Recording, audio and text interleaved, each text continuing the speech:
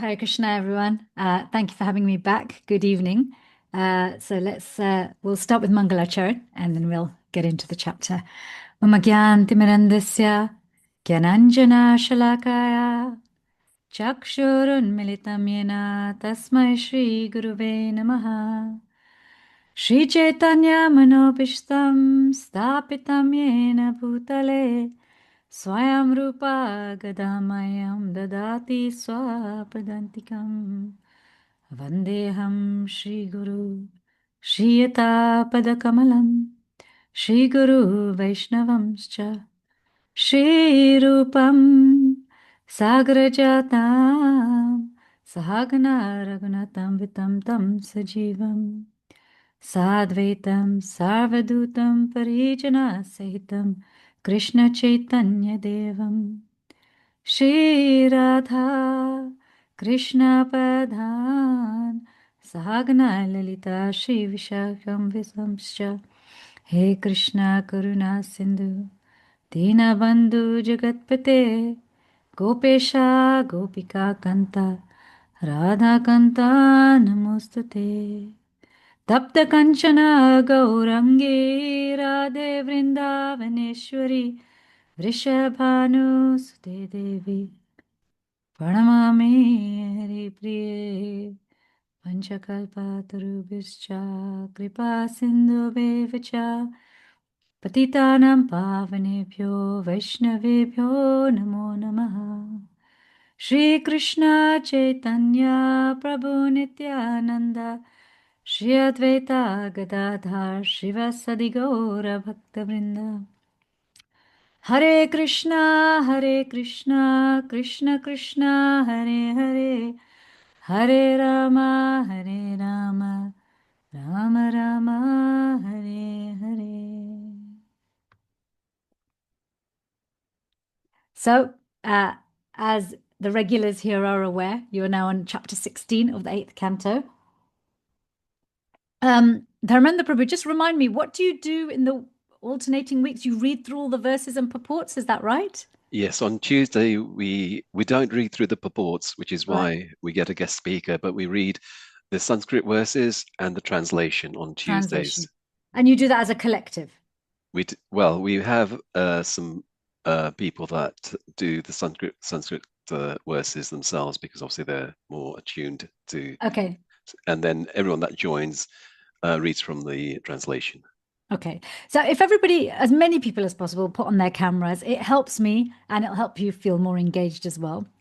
Um, You've already read all the verses and the translations of the verses, but I'm going to recite one because we are reciting Bhagavatam and it will be purifying for me. And also, I feel like this verse brings everything to full circle. And I'll explain why. Tam janena mahapage samyak chunena keshavam atmana shuddha bhavena niyatatma bhajavyayam. So that's 1659, and the translation is, O most fortunate lady, establishing your mind in a good spirit, execute this process of Payo-vrata and thus worship the Supreme Personality of Godhead, Keshav, who is inexhaustible.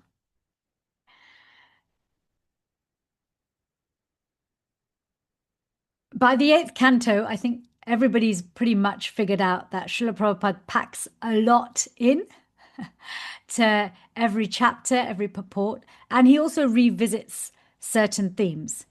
In fact, to be honest, I think you can pretty much take the purports of any chapter and you'll find you've got the whole process of Krishna consciousness given to you, from the basics to even the advanced stages. So there is so much given in the purports of this chapter, as well as in the verses themselves. I'm going to focus on a few key areas, and then I will hand over to you if there's anything else you want to get into in a bit more detail. So, in terms of setting the scene, especially for those of you who haven't been, aren't keeping track or maybe don't attend these sessions regularly. Kashyapa Muni has various wives in this particular scenario, in this particular setting.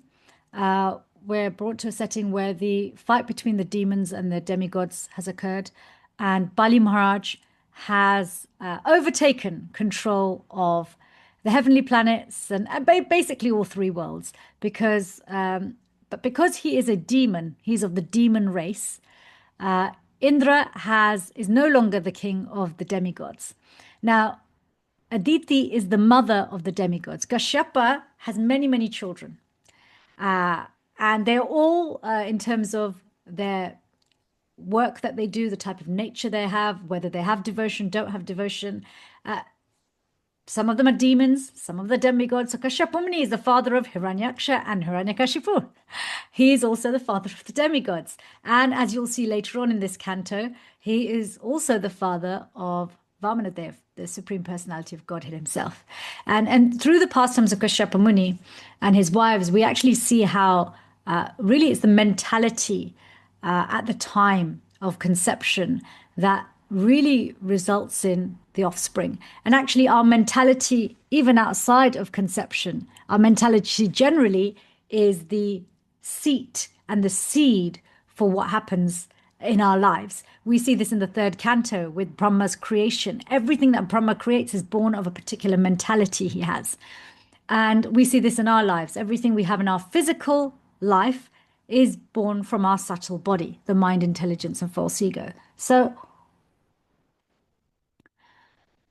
actually, essentially what we're hearing about here, where Bali Maharaj takes over, the different chapters with Hiranyakashipu, Indra, the different demigods. For Kashyapa Muni, he's looking upon it all as his different children have different types of relationships.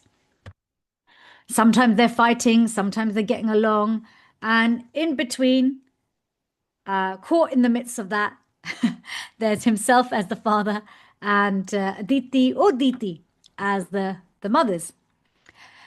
So this chapter opens with Kashyapa returning from many days in his time of meditation. He's a great sage, he's very wise, he's very learned. And Aditi's morose. She's been aware of what's been going on. She's seen the demigods be, become downtrodden, had their things removed, become, replaced by the demons. Demons who are also offspring of Kashyapa. And so she's distraught. She's distraught. A mother doesn't like to see her children fighting, whether they're directly her offspring or indirectly her offspring. But generally, people tend to favor their own direct offspring. So she's seen all of this. She's feeling morose. Kashyapa Muni, he's rather detached.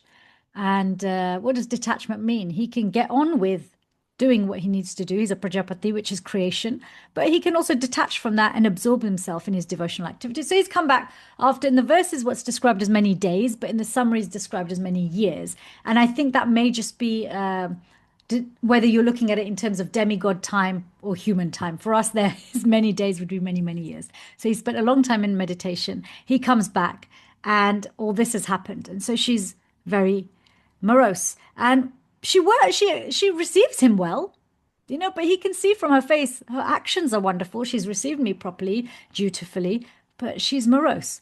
So as a good husband and as a saintly personality, he checks in to see what might be going on. What could be the cause of his wife's moroseness?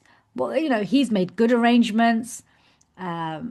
She should be comfortable. He's not neglectful that he just dashes off and goes, I'm going to meditate. You do what you want. He makes sure everything's taken care of. So he's wondering, well, hang on a minute. Everything should have been fine while I was going on. What is going on? Maybe there's some discrepancies. And he checks in about what could have caused her to be unhappy, because he calls her a chaste woman, but he also describes that she's very attached to household life and attached in a way that is purposefully towards sense gratification. He calls her Grihamedi, okay, which is different to Grahastha. And he checks in about whether the religious principles are being followed. Dharma, Artha, is it leading to religious principles being followed in such a way that it's leading to economic development? Artha, or leading to sense gratification. Kama, these things happening. Are you feeding the brahmanas? Are you engaging in the yagyas? Are you treating uninvited guests properly?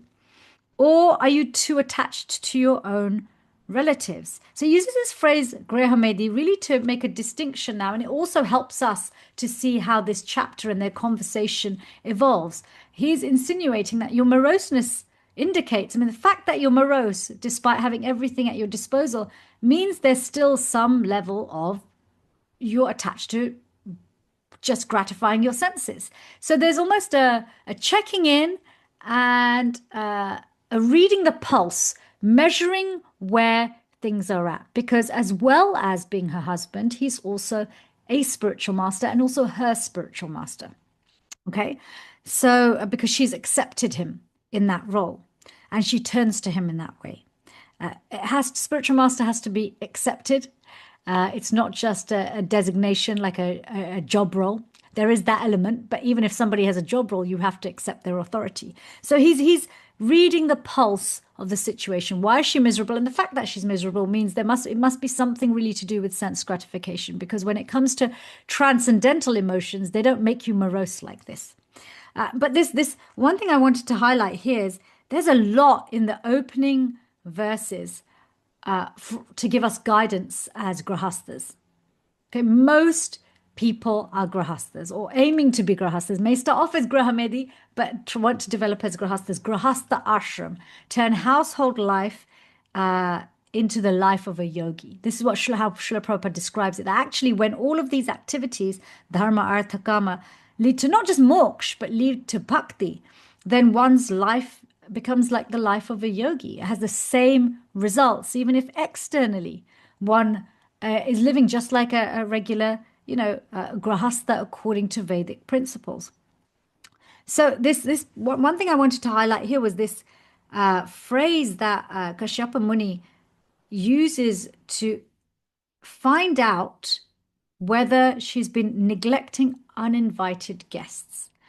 Now, we have this understanding that one should treat even the enemy who comes to visit their home, even when uninvited, with great respect, okay, with whatever means they have. So every guest should at least be offered water and be treated with respect, be honored.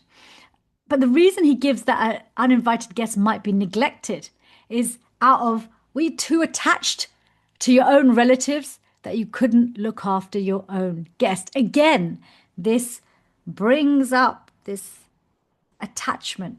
What is the purpose of attachment? Why might one get too attached in household life? That when we get too attached, we automatically start to neglect everything else. Our love becomes lust, as in our affection tends to direct itself towards anything that we see as an extension of our own identity. This is the difference between lust and love, right? Lust isn't just about intimacy, lust and physicality and all that. Lust is about, what about me? So if any particular person's upset or happiness affects you, they become a part of, an extension of your own ego, your own sense of identity. And when you're over attached to family, you start to neglect people outside of that. Some people get over attached to a particular country or a particular race or a particular gender. And so they become dismissive, neglectful, and maybe even averse to those outside of the circle that they consider is an extension of themselves or meaningful to them. So this is really important because this, when it comes to uninvited guests, and let's think about it in our own homes, invited or uninvited guests, how do we treat them when they come? Do we go so wrapped up in, I've got to take care of my household, that we don't really look after them? We are living in a society now which is quite different. You can be next door to someone for 50 years and hardly know them. You can't show up to someone's house unless you make an appointment. You can't just knock on their door. In where there's this mood of everyone's welcome and we're at your service in Grahastha life. You look in towns and villages and countries where it's like that. People don't lock their front door.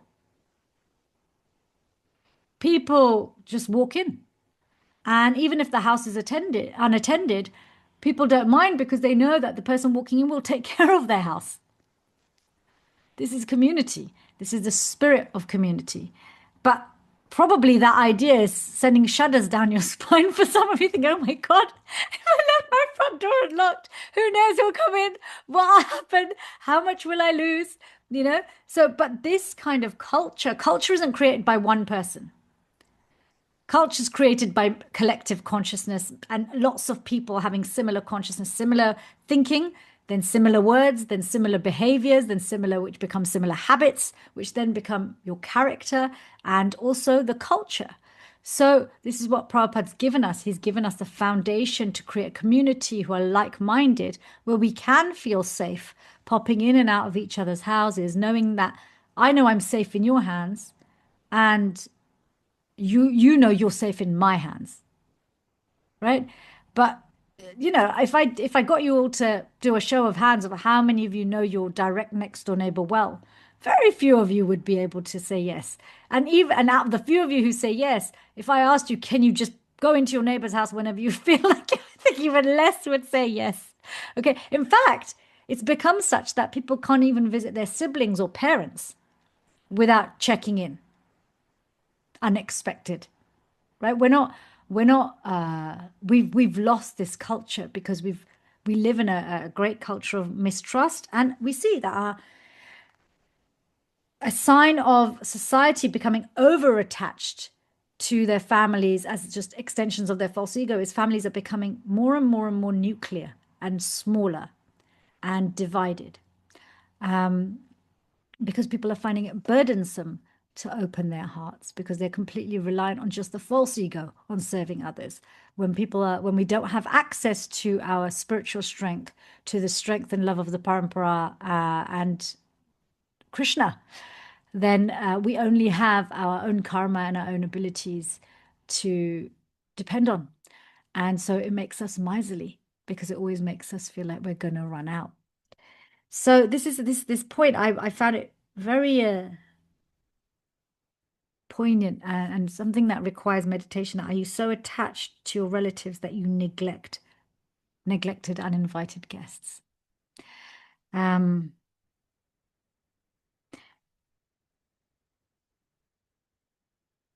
Devotees who have really, and people who've really adopted this culture of seeing the Supreme Personality of Godhead in every visitor and receiving them in that way, that I'm at your service, whether they're devotee visitors, non-devotees, the postman, the milkman, doesn't matter, right? This mood of the builder, this is a representation of the Supreme Personality of Godhead. Their households are peaceful. People are very satisfied. Their mind is constantly thinking, how can I always make sure that the house is fit to receive guests in a way that is genuine, authentic, and doable? And, we're given a very simple thing. Prabhupada says, according to your means, at least a glass of water should be offered. At least a glass of water. So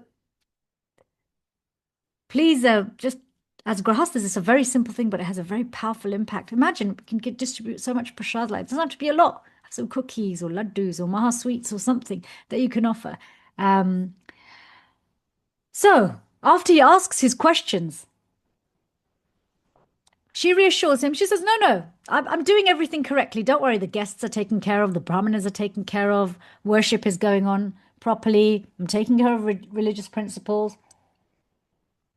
It's not that anything's improper. But before she tells him the problem, or while she's telling him the problem, she's already priming him because she kind of knows her husband's character, that he's equal. He's equal to all his children, his progeny, whether they're demonic in nature because they're born of the mode of passion, or whether they're born of the mode of goodness and they're demigods. She knows that he's going to see them with equal vision. So she's concerned that just like you might ask, someone to make a distinction in your family between your two children. It's difficult, isn't it? But I love them both. They might be different, and at different times they may behave differently. But I want to be fair. I want to be equal to them. And actually, we see this with Kashyap's children as well. You look at Bali Maharaj, although he's of the demonic race.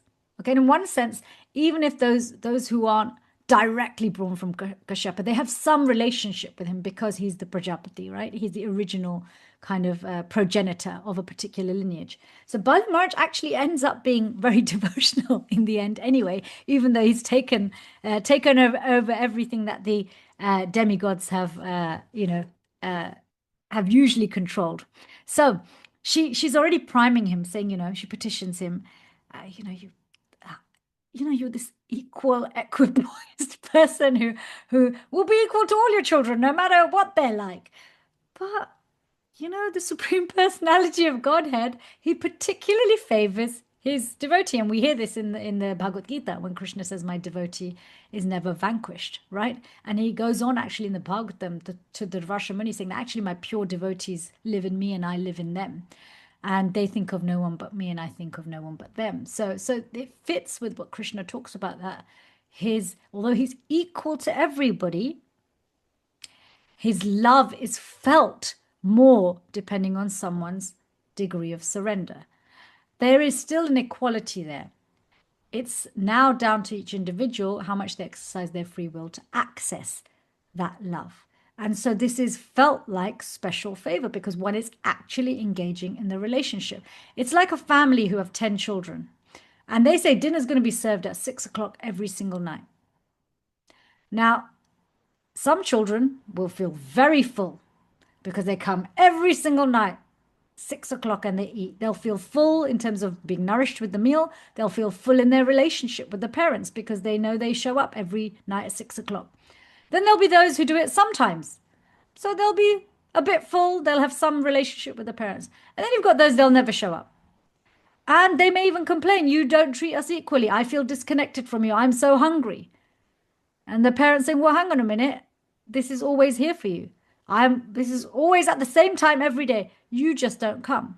So one could see that as favorability, but actually it's treating everyone equally. So Krishna makes himself available. He's an equal access, equal opportunities person.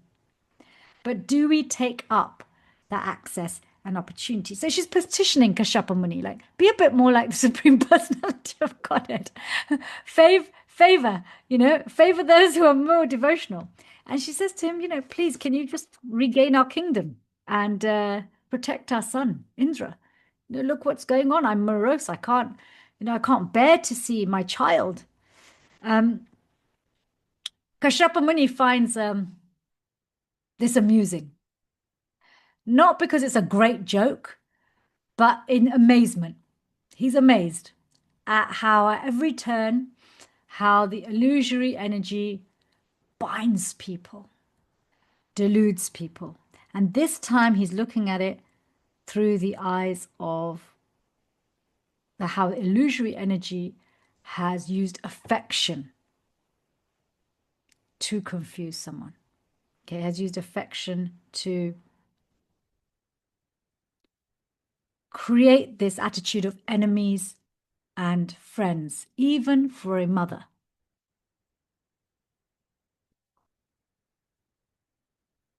And he explains to her, actually, there's this difference that you're seeing between one son and the other is just because of circumstances going on with matter. Spirit's got nothing to do with it. Who is your son in this life may have been your enemy in another life.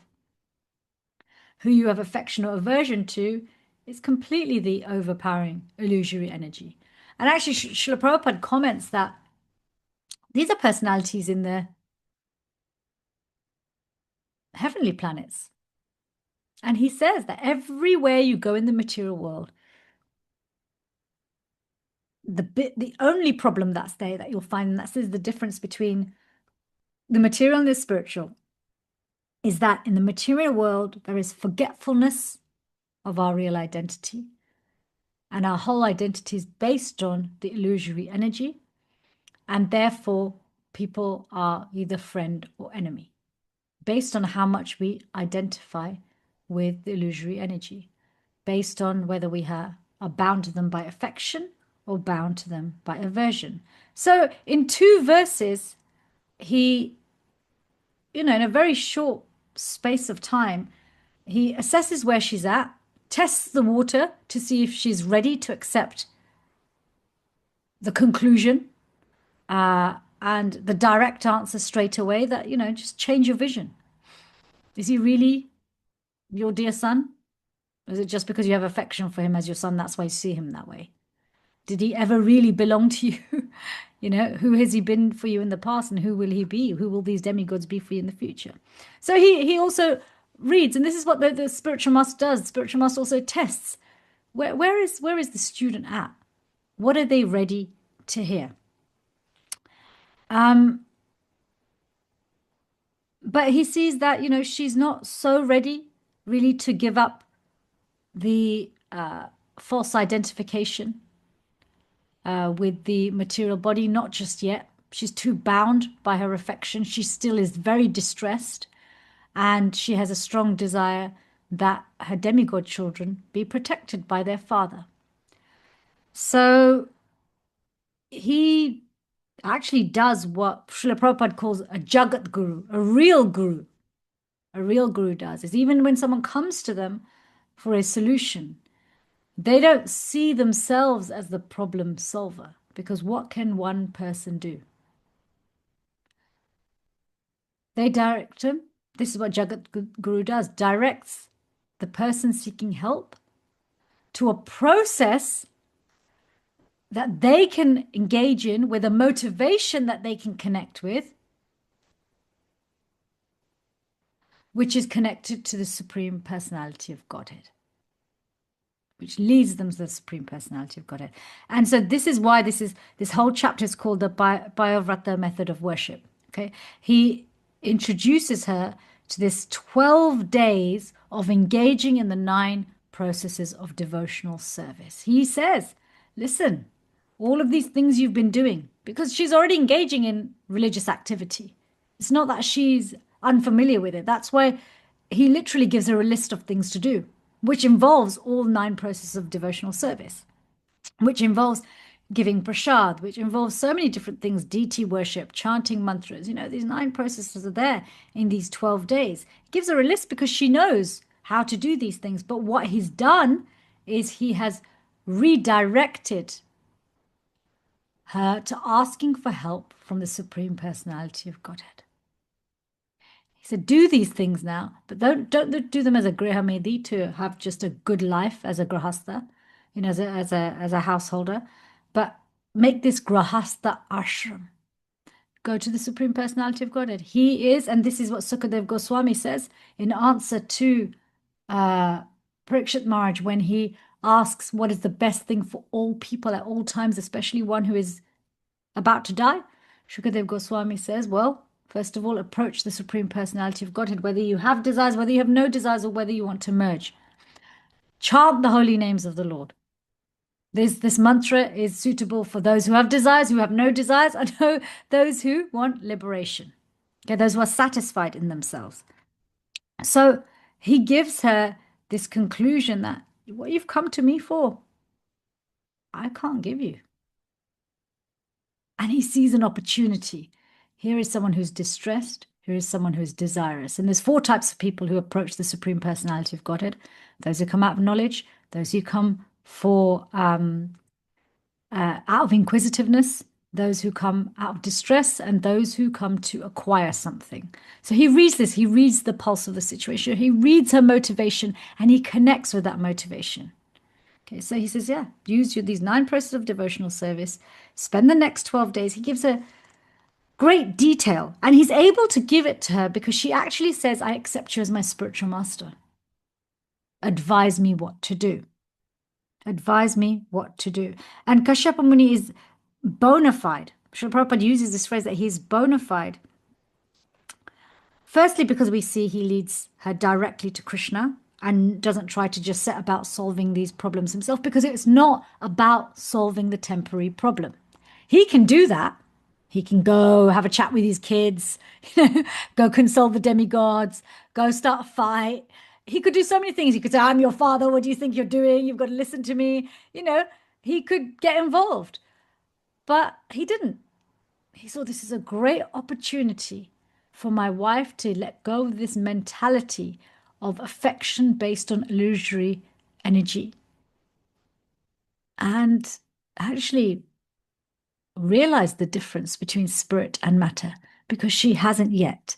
And so, as she accepts him as a bona fide spiritual master, this is very important. Srila Prabhupada says that the disciple must want to worship Krishna, and then the guru can instruct on how to do that. You can't, Prabhupada says, you can't impose whatever you want on the guru. It's just like you can't demand a prescription from a doctor. The doctor is the one who prescribes, but the doctor has to also see that the patient is receptive to wanting it. When we want Krishna, Krishna sends guru. Yes, right? And so the disciple has to want to know Krishna. And that's when the spiritual master starts to instruct. And that spiritual master, Kashyapa Muni, is bona fide because he comes in parampara.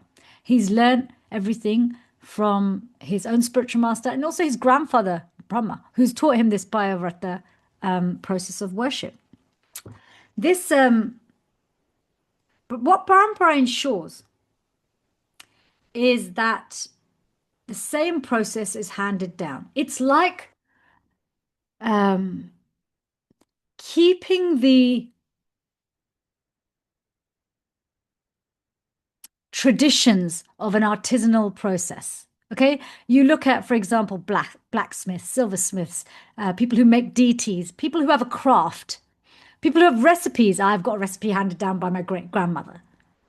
There's something in that handing down which wow, this is true to the original. Something hasn't been lost because it's been passed down from one to another. Not Chinese whispers, loud and clear. Loud and clear. Written and spoken and practiced. Okay, practiced because people have seen the result. That's a bona fide spiritual master. They can tell you the truth because they've seen the result. They've seen the truth.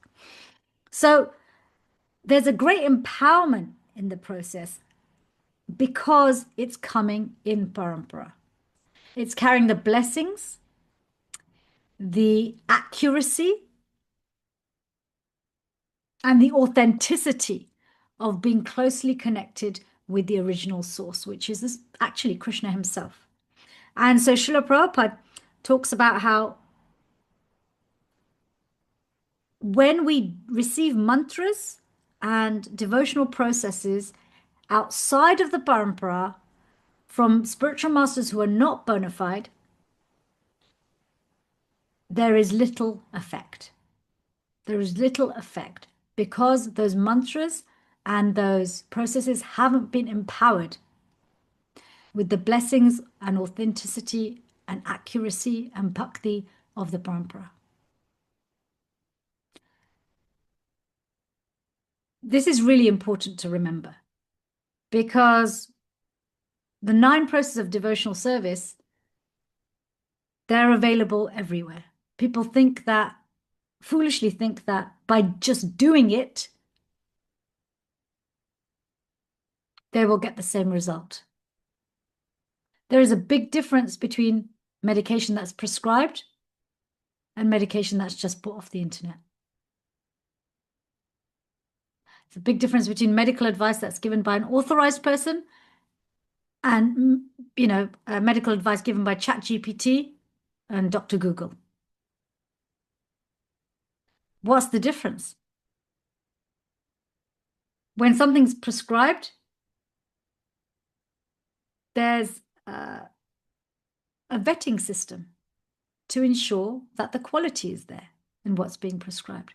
There is guidance on how to take it, when to take it, and any obstacles that there might be.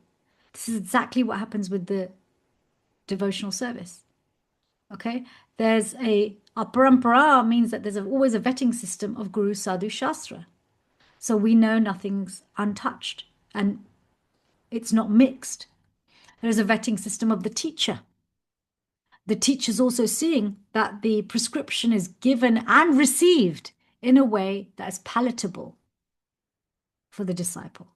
Just like the doctor ensures that the prescription can be adjusted to be palatable for the patient. You just get it all online somewhere. There's no real quality check. You're not going to get detailed information that it will be received by your body in a way that is palatable. Okay. There's a lot of ifs and maybes and assumptions. So even though it seems like, oh, hang on, the mantra's available, I can just go to Vrindavan, pick up some deities, choose whatever clothes I want. After all, Lord Chaitanya says there's no hard and fast rules to chanting. I'll just start now, and I've got Prabhupada, I've taken shelter of him. And we hear this. Yes, of course we take shelter of Srila Prabhupada as Jagat Guru. But there comes a point when everybody has to make the decision, not just do I want to do this for the rest of my life, but do I want to do this for the rest of my life and for the last time in a conditioned body under the guidance of a spiritual master? Am I willing to let someone take over the driver's seat and steering wheel and teach me how to drive this vehicle properly and in the right direction?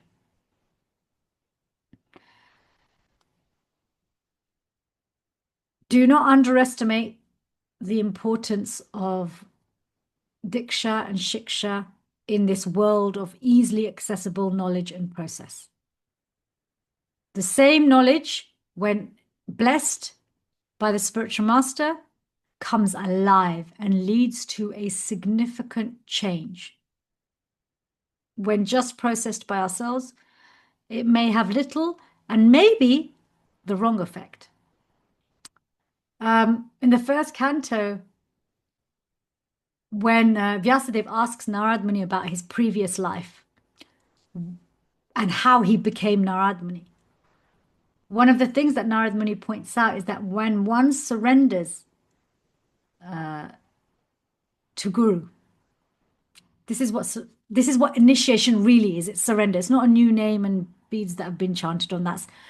That's important, and it's an important part of the process. But the real initiation is, to what degree am I surrendered to the instructions? And the more surrendered you are at the time of initiation, the quicker your progress will be afterwards. So this is when this trust, this surrender happens.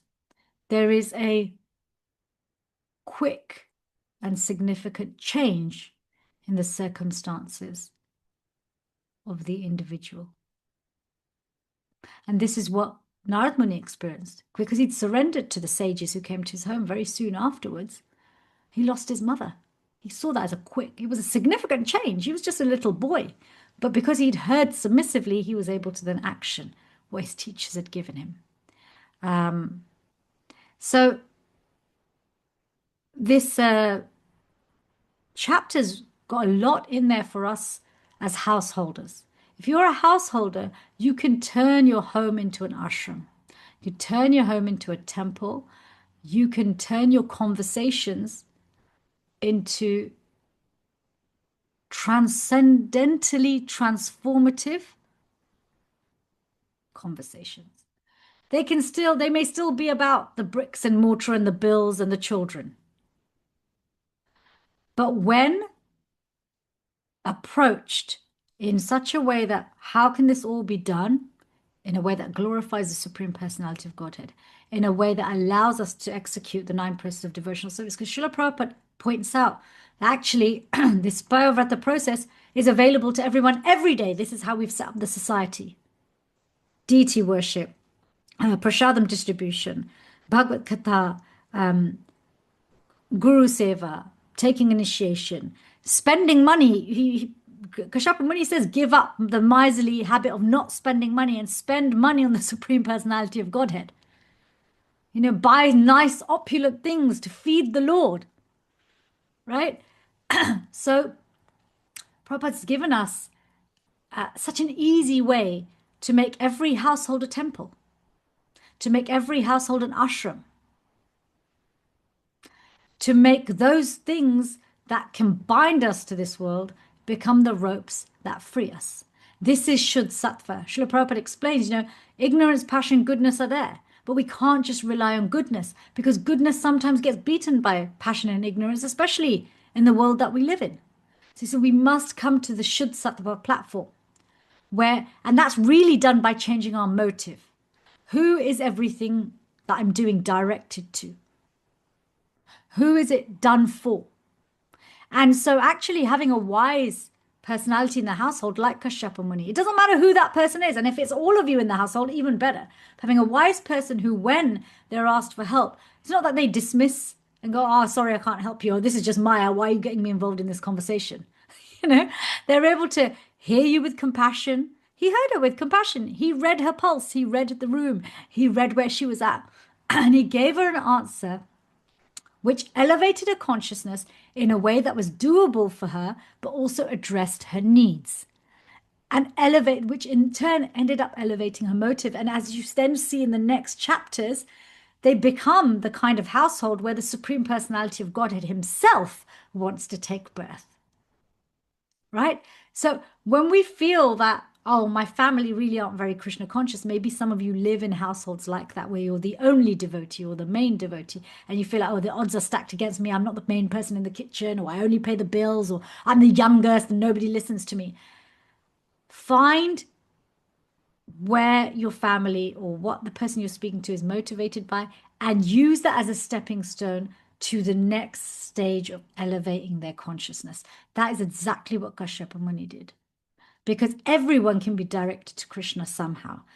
If they're distressed, direct them to Krishna. If they're desirous of wealth, direct them to Krishna. If they're inquisitive, direct them to Krishna. If they already have knowledge, they will go to Krishna. So there's a lot in this chapter where we can really learn how to not waste Grahastha life, because Grahastha life is a big chunk of people's lives. It's longer than the time we spend as students. It's longer than the time we spend as children. And these days, it's longer than the time people are spending in retirement as well, because people are having to work much longer. So if we're going to spend so many decades in Grahastha life, turn it into an ashram. So then it doesn't matter whether you are surrounded by lots of opulence and lots of family or very little, but you're satisfied because you're spiritually nourished and not confused by the binding nature of affection and aversion. Because as we've seen in this pastime, that can happen within a family itself, which is exactly what's happening to Kashyapa. This is all his family, this battle between the demigods and demons. That's his family. That's his offspring. He has to deal with his children fighting all the time and remain aloof but affectionate, compassionate but intelligent with his compassion, not neglecting his own sadhana. And he doesn't tell his wife, look, what's wrong with you? You're Maya. We're being such a Grahamedi. Be quiet. It's just, can you imagine you're thinking, think about how impatiently you might speak to your relatives when you feel like they're just saying something which is just, come on, you're a devotee. Pull up your socks. Why are you thinking like this? We've been to so many classes together. Don't you remember last week's class? But this is the nature of attachment and aversion. When the emotions become strong, they bewilder the intelligence. So we need each other to redirect each other in a compassionate but Krishna conscious way. This is association. And where the 6 loving exchanges, exchanging gifts, giving and receiving gifts in charity, giving and receiving prasadam, and revealing the mind in confidence and inquiring confidentially, all in the pursuit of Krishna consciousness, happen within a household. That household is an ashram. That is the kind of household where any devotee would be happy to visit. That is the kind of household where the demigods will come while you're doing arti. That is the kind of household where the spiritual master never leaves your house. That is the kind of household where literally, it becomes the spiritual world. And you feel safe, you feel nourished, and everybody who walks in through your door is transformed. So there's a lot in this chapter, but this coming back to this verse that I recited, 1659, O most fortunate lady, establishing your mind in a good spirit, execute this process of Payo-vrata, and thus worship the Supreme Personality of Godhead, Keshav, who is inexhaustible. By the end, he reminds her, you're fortunate. Why is she fortunate? She asked the right person. She asked a God-conscious person, how do I solve my problem? Because she wanted the best answer. She wasn't just looking for a quick answer. She wasn't just looking for the cheapest answer. She wanted the best answer and was willing to dutifully follow what he says. She says, you're my spiritual master. Tell me what to do.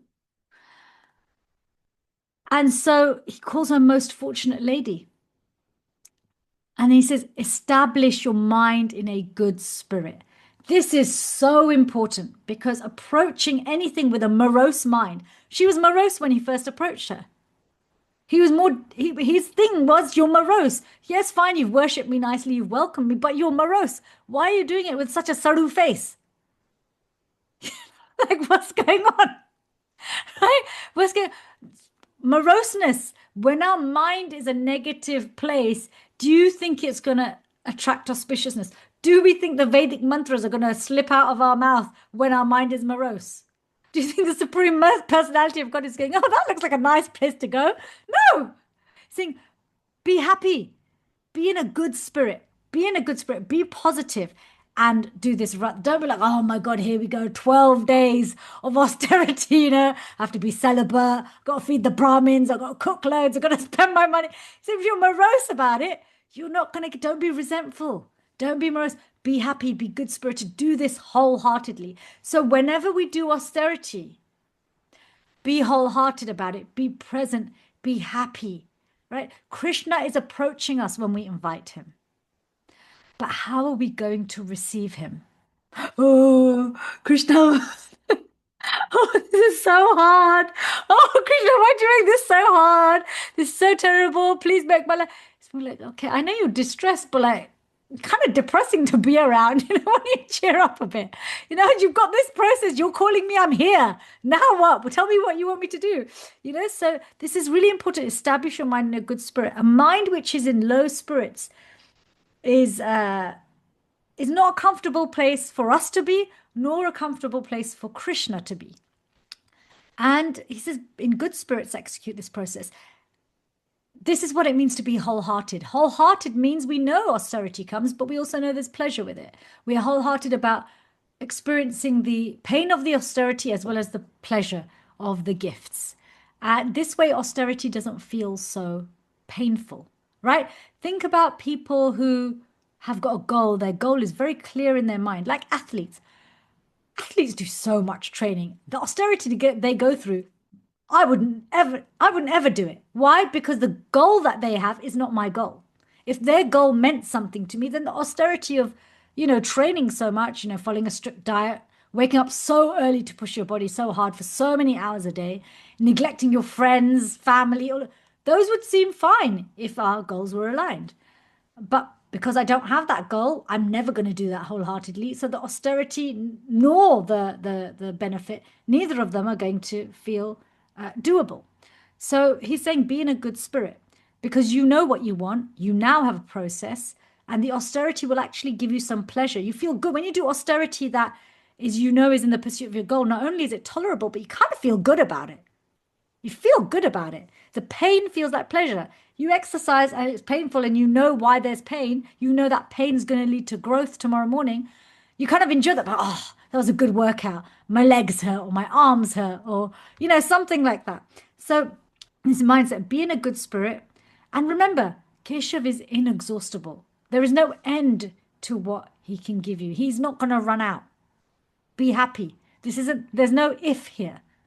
And Prabhupada, last point, Prabhupada points out, however, in that The thing about approaching Krishna is if Krishna really favors us and he sees that actually we want devotional service, even if there's material desire mixed in, he may not fulfill our material desire, but he will, and he may even take it away, but he will certainly fulfill our devotional desire.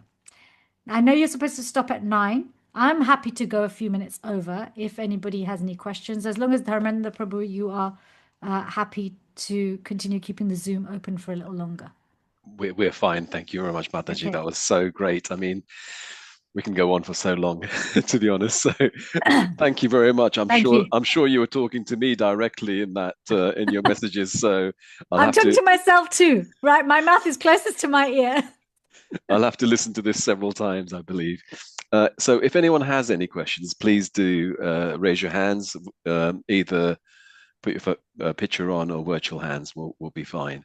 So Devi Mataji, would you like to ask your question? Hare Krishna. Hare Krishna Sadhvi. Hare Krishna. Thank you very much for tonight. I'm so sorry I'm sitting in the dark. It's all right. We have fasting and I have headache for that. Sure.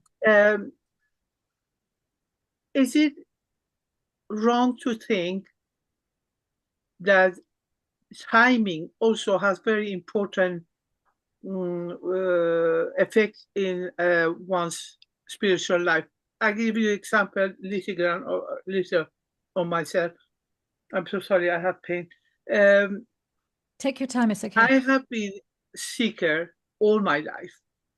Since I was 3 years old, I always believed in God, in Supreme, and I always believed in things. There is a meaning to everything. Nothing is happened just like it has to happen, but there is nothing.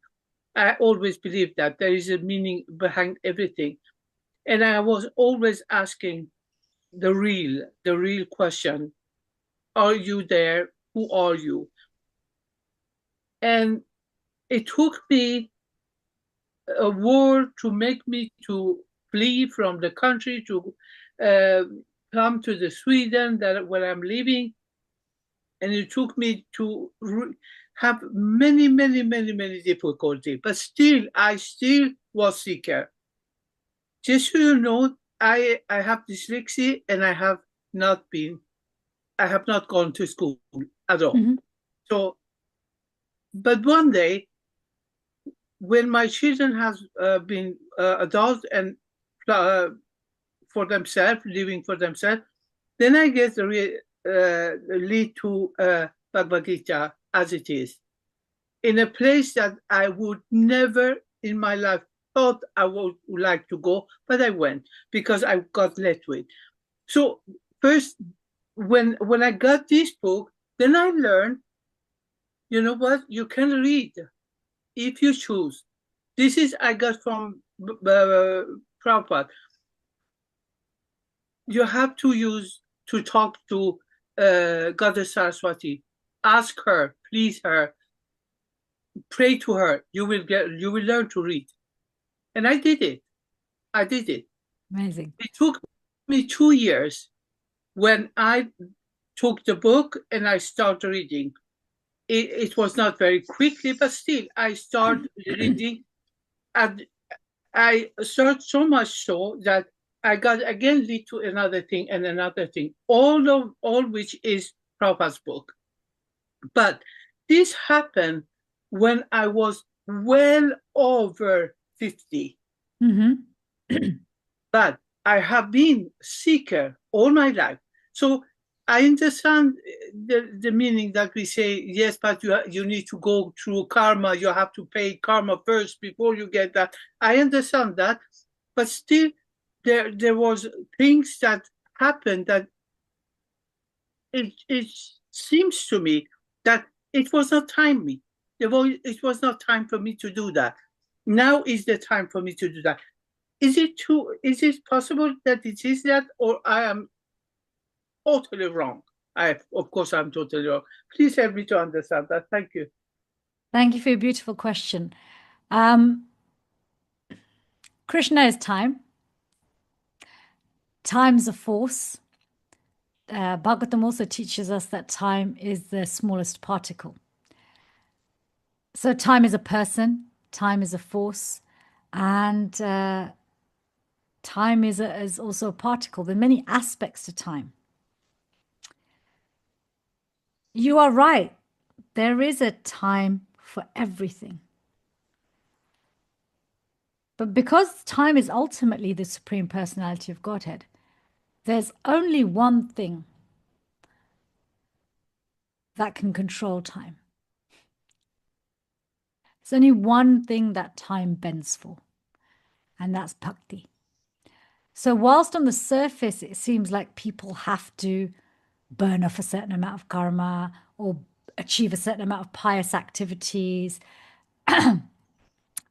or have a certain amount of knowledge, or experience a certain amount of distress before they turn to the Supreme Personality of Godhead. What we actually understand from Shastra is that Bhakti Devi, devotional service, she's independent. She chooses to place and give her free will to move to the devotees of the Lord, because Krishna has also done the same thing.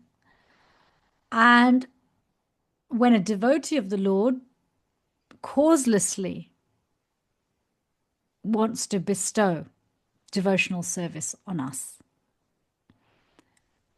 then even if it appears like it was the right time, maybe I burnt off enough karma, maybe I suffered enough, maybe I'd done enough pious deeds, maybe I got enough knowledge, actually, none of those things attract bhakti.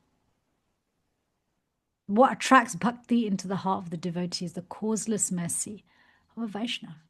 So we can analyze, the things that knowledge, patiently suffering and tolerating the results of our impious activities and also our pious activities, the good attributes that come from pious activities, they can make us more receptive, but they are not the cause of devotional service starting in our life.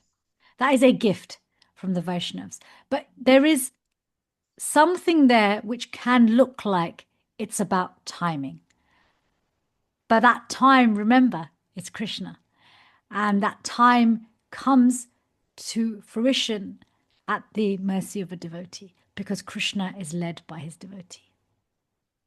So somewhere along the way, it wasn't that you'd had enough, burnt off enough karma, or got enough knowledge, or suffered enough. There are plenty of people who suffer, sadly, even more, and they don't turn to Krishna, even when they have an opportunity to. But you also got the blessings and good grace of some, and maybe many, wonderful Vaishnavas who planted this seed of bhakti. And one thing I've seen consistently with you, even before you took initiation, is that you're extremely dedicated and soft-hearted devotee who loves to hear and uses every chance she has to connect, no matter what comes your way. And I mean, Krishna bless you 1,000 times for that.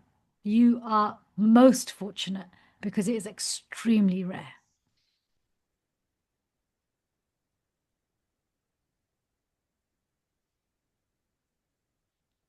Okay. Hare Krishna. Hare Krishna. Thank you, Mataji, for that. If anyone else has any questions, please do raise your hand, or you can even unmute yourself. Shri Mataji, you put your camera on. Do you want to ask a question there? Shri Mataji? I think she had a camera on before. Oh, did she? Okay, it just came up then. Okay, if I can ask you a question while Sure. people are still thinking about what they want to ask. So right at the outset, you're talking about this nuclear family that's existing at this point in time, Yes. and you're talking about society in general, which was quite a good theme, because obviously I was reflecting on what happened in the past as well from what you were saying. So my question here is that, why didn't the sons of Kashyap Muni approach him? Because he's a spiritual master, as you say, and back in the day, you would have done that. Back in the day? So, well, yeah. would you, when sons or when children get their own kingdoms, how often do they go to their parents for help or advice? Do you see what I mean? The wife still sees her husband as the spiritual master, but children don't always see their parent as the spiritual master, even when they are one. I mean, Prabhupada's own children didn't surrender to him as a spiritual master. Advaita Acharya, some of his children, especially Achyutananda, he continued the bhakti lineage in a bona fide way, but his other children didn't. In fact, Krishnadas Kaviraj Goswami says that they disobeyed Advaita Acharya so much, I'm not even going to mention their names. They're not even worth mentioning. So sometimes it happens, when children get their own kingdom, they stop seeing it's hard for people to see their family as spiritual teachers because of the familiarity. In fact, actually, we have a few instances where Prabhupada advises that your parent may be a pure devotee. They may even be a spiritual master. They may have even directed you to the Supreme Personality of Godhead. But generally, you don't take diksha from your parent because of the overfamiliarity. It's hard for most people to get over that. It's interesting, if you look at Bhaktisiddhanta Saraswati Thakur, he took initiation from Guru Kishore Das Babaji rather than his own father, even though we know Bhaktivinoda Thakur is, like the seventh Goswami, he's a pure devotee, exalted soul. But he took shiksha from his father. Because if you look at the way Bhaktisiddhanta Saraswati Thakur preached and how he did it and the mood, it was in the mood of Bhaktivinoda Thakur. In fact, the first preaching center he opened in Calcutta, he named it Bhaktivinoda Asan, seat of Bhaktivinoda Thakur. And that's the place where Srila Prabhupada met Bhaktisiddhanta Saraswati Thakur on the rooftop. If you go to Kolkata, you'll see it's really beautiful. Really it's a very magical place. The atmosphere is really quite, that is how we talk about Yogapith being the center of Mayapur. That's where Lord Chaitanya appeared. So that Bhaktivinoda Asan, that spot where Srila Prabhupada was given that instruction by Bhaktisiddhanta Saraswati Thakur, that is the seed from which sprouted ISKCON. It's a very, it's a really, really, really beautiful place. So yeah, why didn't they go? I'm coming to some intelligent conclusions rather than speaking based on, I know for fact it says it in Shastra, etc. But just generally, when we see, and it also just could be that they were maybe too distressed. Sometimes you want to approach the father, but actually it's better the mother does. Sometimes children are shy to approach the father. We're grown up, we're independent. I'm not going to my parents for help, But actually the purpose of this conversation, really, actually, this is partly the Lord's Leela as well. He wants to appear. He wants to take back the three worlds from Bali Maharaj. He wants the sweetness of that pastime because there's a glorification of Bali Maharaj in that pastime. And there's so many things that happen. This is the thing with the Lord's devotees and the Lord. He's always trying to find ways to engage them in his pastimes. So these societal considerations, well, why didn't Indra and the demigods actually go directly to Kashyapa? We could try and make some societal speculation, but actually a lot of it is Leela. Because as you'll see in chapter 17, Aditi's consciousness becomes so beautiful that, it was already beautiful. That's why they had demigods rather than demons. But it became so beautiful that actually the Supreme Personality of Godhead was willing to come to them himself as a beautiful blonde-haired dwarf, Brahmana dwarf, who's just sweetness to look at. So yes, but maybe there is something, I haven't come across it, but maybe there is something later on which explains why the sons didn't go to their father directly. Okay, no, thank you very much for that, Mataji.